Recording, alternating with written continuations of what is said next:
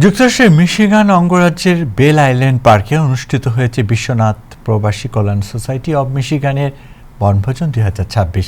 সোসাইটির সভাপতি মোহাম্মদ নজরুল ইসলাম শামীম ও সাধারণ সম্পাদক মাসুক আহমেদের সার্বিক তত্ত্বাবধানে আয়োজিত এই মিলন মেলায় অংশ নেন বিশ্বনাথের অসংখ্য প্রবাসী পরিবার।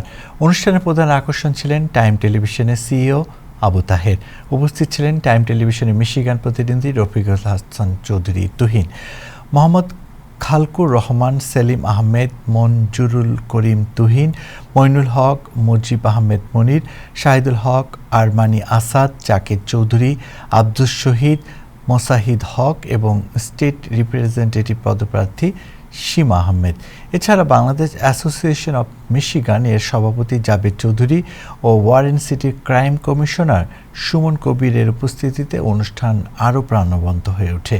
দিনব্যাপী পিলো খেলা, দৌড়, রশি টানাটানি, র্যাফেল ড্র, সুস্বাদু খাবার এবং 26টি পুরস্কার বিতরণে উৎসবমুখর পরিবেশ সৃষ্টি হয়।